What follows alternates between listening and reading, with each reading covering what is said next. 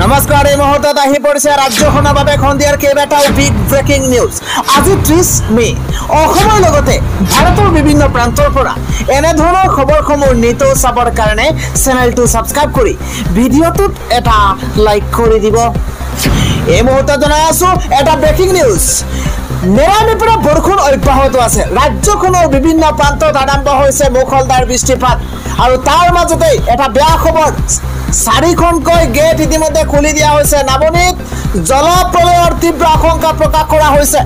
এই মুহূৰ্তত এটা উদ্বেগজনক খবৰ জনোৱাৰ চেষ্টা কৰিছো। নামনিত জলপ্ৰলয়ৰ সম্পূৰ্ণ আশংকা প্ৰকাশ কৰা হৈছে কিয়নো কাৰ্বি লাংপিৰ জলবিদ্যুৎ প্ৰকল্পৰ 4খনকৈ গেটেৰে হুৰাহুৰে পানী সোমাইছে। ইতিমধ্যে 4খনকৈ গেটে পানী এৰিছে। ৰাজ্যৰ ভিন্ন প্ৰান্তত এই মুহূৰ্তত বানৰ বিভীষিকা দেখিবলৈ পোৱা গৈছে। ৰাজপথলৈ আপুনি পৰাপক্ষত নোলাব। এই মুহূৰ্তত দেখিবলৈ পোৱা গৈছে বিশেষকৈ গুৱাহাটী মহানগৰীত এক অভাৱনীয় পৰিস্থিতি। গুৱাহাটীত ভয়াৱহভাৱে বৃদ্ধি পাইছে বানপানী। গুৱাহাটী মহানগৰীত ভৰলুত বৈছে পানী আৰু গুৱাহাটী মহানগৰীৰ বিভিন্ন প্ৰান্তত অলিয়ে গলিয়ে এইবাৰ একাটো এককাল পৰ্যন্ত পানী পৰিলক্ষিত হৈছে। চৌদিশে হাহাকাৰ পৰিৱেশৰ সূচনা হৈছে।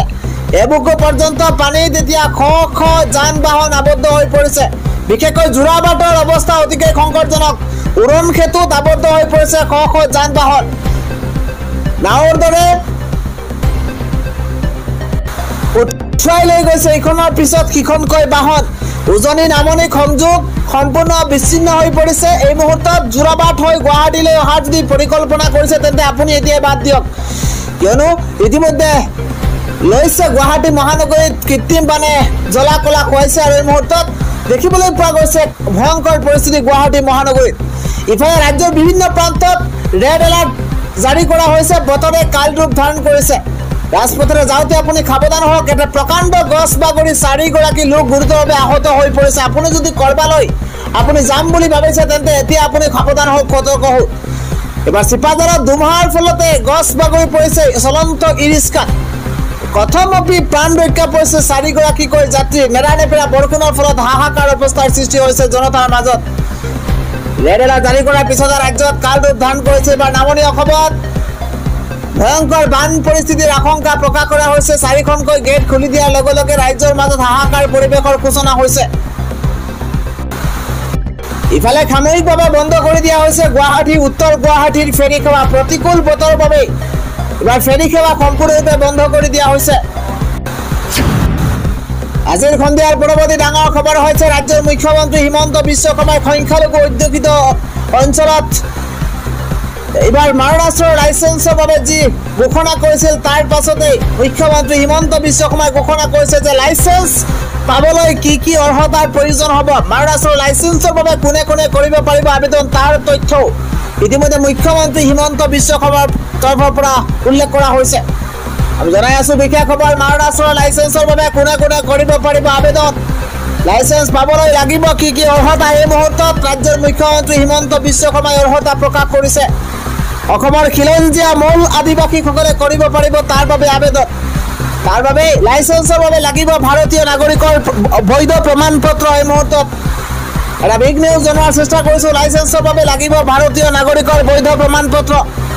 ব্যক্তিগত নিৰাপত্তাহীনতাৰ ভাবুকিৰ ভুক্তভোগী লোক হ'ব লাগিব। স্পৰ্শকাতৰ বা দুৰ্গম এলেকাত বসবাস কৰা লোক হ'ব লাগিব। কেইবাটাও নতুন কথা উল্লেখ কৰিছে ৰাজ্যৰ মুখ্যমন্ত্ৰী হিমন্ত বিশ্ব শৰ্মাই। অৰ্হতাসমূহ আৰক্ষী আৰু চোৰাংচোৱাই কৰিব মূল্যায়ন। ভাবুকিৰ সত্যতা মূল্যায়ন কৰিব চোৰাংচোৱাই। এই মুহূৰ্তত আৰক্ষী অধীক্ষকৰ অনুমোদনৰ বাধ্যতামূলক বুলি উল্লেখ কৰা হৈছে। সুৰক্ষা গোটৰ সৈতে জিলা দণ্ডাধীশে কৰিব পৰ্যবেক্ষণ। অস্ত্ৰ আইন 1959 আৰু বিধি 2016 অধীনত অনুমোদন।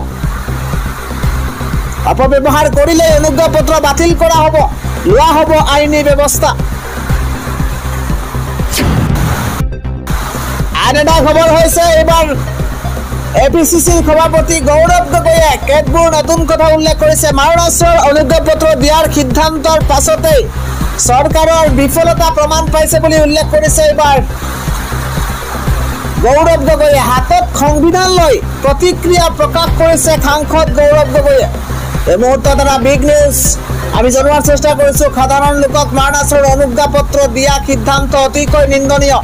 এয়া অসম চৰকাৰ, মুখ্যমন্ত্ৰী আৰু গৃহ বিভাগৰ বিফলতা প্ৰমাণ। এই মন্তব্য কৰিছে গৌৰৱ গগৈয়ে। কেৱল সিমানেই নহয়, সাধাৰণ জনতাক নিৰাপত্তা দিয়াটো চৰকাৰৰ দায়িত্ব, কৰ্তব্য।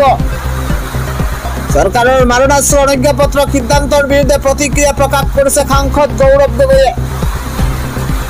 মাৰণাস্ত্ৰৰ অনুজ্ঞাপত্ৰ নিৰাপত্তাৰ বাবে নহয়, আন উদ্দেশ্যৰ বাবেহে বুলি মন্তব্য এইবাৰ গৌৰৱ গগৈয়ে কৈছে, RSS বিজেপিৰ পৰা মানুহকে দিয়া হ'ব মাৰণাস্ত্ৰৰ অনুজ্ঞাপত্ৰ। হাতত সংবিধান লৈ ক্ষোভ বুজাইছে প্ৰদেশ কংগ্ৰেছৰ সভাপতিগৰাকীয়ে। দেশৰ সৰ্বোচ্চ ন্যায়ালয়ৰ পৰা ৰায় আহিছে, চৰকাৰে আৰক্ষীৰ ওপৰত হেঁচা দিছে। আৰক্ষীৰ ওপৰত হেঁচা দি ৰাজ্যত ভুৱা এনকাউণ্টাৰ কৰি অৰাজকতাৰ সৃষ্টি কৰিছে। এই মন্তব্য এবাৰ গৌৰৱ গগৈৰ। NRC অসম চুক্তি ক'ত গ'ল বুলি প্ৰশ্ন প্ৰদেশ কংগ্ৰেছৰ সভাপতিগৰাকীৰ। সাধাৰণ লোকক মাৰণাস্ত্ৰৰ অনুজ্ঞাপত্ৰ দিয়া সিদ্ধান্ত অতিকৈ নিন্দনীয় বুলি মন্তব্য। এয়া অসম চৰকাৰ, মুখ্যমন্ত্ৰী আৰু গৃহ বিভাগৰ বিফলতাৰ প্ৰমাণ। আন এটা ডাঙৰ খবৰ হৈছে, কংগ্ৰেছৰ 5গৰাকী শীৰ্ষ নেতাক তলব কৰিছে কংগ্ৰেছৰ হাইকমাণ্ডে। আমি জনোৱাৰ চেষ্টা কৰিছোঁ এটা বিশেষ খবৰ। কংগ্ৰেছৰ 5 শীৰ্ষ নেতাক তলব কংগ্ৰেছৰ হাইকমাণ্ডৰ। দিল্লীতে আছে APCCৰ নৱনিযুক্ত সভাপতি গৌৰৱ গগৈ। এটা বিগ নিউজ পলিটিকেল আপডেট জনোৱাৰ চেষ্টা কৰিছোঁ। প্ৰাক্তন সভাপতি ভূপেন বৰাক ইতিমধ্যে তলব দিল্লীলৈ। হাইকমাণ্ডৰ তলব ৰকিবুল হুছেইন, প্ৰদ্যুৎ বৰদলৈ। ডাঙৰ খবৰ জনোৱাৰ চেষ্টা কৰিছোঁ। বিপুন বৰাকো তলব কৰিছে AICC নেতৃত্বই।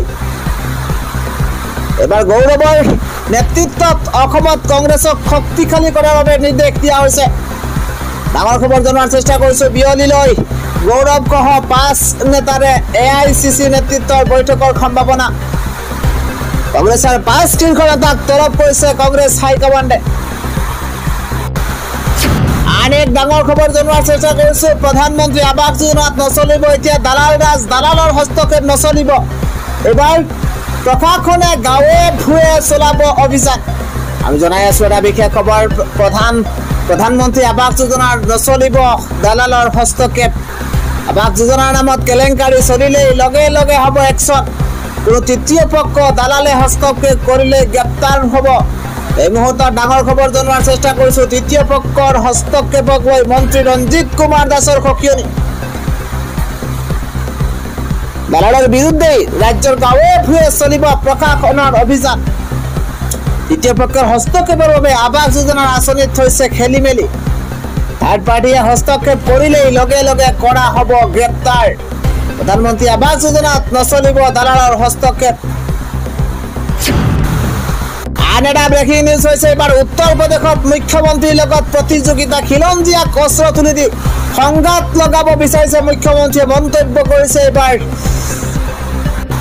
লুৰিণজ্যোতি গগৈয়ে। সংখ্যালঘু এলেকাত খিলঞ্জীয়াক অস্ত্ৰ তুলি দি সংঘাত লগাব বিচাৰিছে মুখ্যমন্ত্ৰীয়ে। 26ৰ নিৰ্বাচনৰ বাবে সাম্প্ৰদায়িক বিষবাষ্প বিয়পাব বিচাৰিছে চৰকাৰে। অভিযোগ উত্থাপন হৈছে, সংঘাত লগাই ৰাজনৈতিক মুনাফা লাভ কৰিব হিমন্ত বিশ্ব শৰ্মাই। ডাঙৰ খবৰ জনোৱাৰ চেষ্টা কৰিছোঁ। অসমৰ অস্থিৰ পৰিৱেশ লজ্জাজনকভাৱে উদঙাইছে মুখ্যমন্ত্ৰীগৰাকীয়ে। এবাৰ সাধাৰণ জনতাক নিৰাপত্তা দিয়াত চূড়ান্তভাৱে ব্যৰ্থ হৈছে মুখ্যমন্ত্ৰী হিমন্ত বিশ্ব শৰ্মা। কেবিনেটৰ সিদ্ধান্ত আৰু বাংলাদেশীৰ বিতাড়নক লৈ লুৰিণজ্যোতি গগৈৰ বিস্ফোৰক মন্তব্য। লুৰিণজ্যোতি গগৈয়ে কৈছে, কেবিনেটৰ সিদ্ধান্ত আৰু বাংলাদেশীৰ বিতাড়নক লৈ লুৰিণজ্যোতি গগৈয়ে এইদৰে বিস্ফোৰক মন্তব্য কৰিছে। উত্তৰ প্ৰদেশৰ মুখ্যমন্ত্ৰীৰ লগত প্ৰতিযোগিতা কৰিছে অসমৰ মুখ্যমন্ত্ৰীয়ে। আন এক ডাঙৰ খবৰ হৈছে, বিপদত ৰাজ্য চৰকাৰ। এবাৰ ৰাজ্যত হোৱা এনকাউণ্টাৰৰ চলিব তদন্ত। উচ্চতম ন্যায়ালয়ৰ ডাঙৰ নিৰ্দেশনা। এই মুহূৰ্তত এটা বিগ নিউজ। উচ্চতম ন্যায়ালয়ৰ ৰোষত এইবাৰ ৰাজ্য চৰকাৰ। 2022ত ৰাজ্যত সংঘটিত এনকাউণ্টাৰৰ সন্দৰ্ভত চলিব তদন্ত। অসমত সংঘটিত হোৱা ভুৱা এনকাউণ্টাৰৰ অভিযোগৰ তদন্তৰ নিৰ্দেশ ন্যায়ালয়ৰ। অসম মানৱ অধিকাৰ আয়োগক দিছে এই নিৰ্দেশনা। UPCL গোচৰত উচ্চতম ন্যায়ালয়ে এনকাউণ্টাৰৰ তদন্তৰ সৈতে জড়িত নিৰ্দেশনা উলংঘা কৰাৰ অভিযোগ উত্থাপন হৈছে।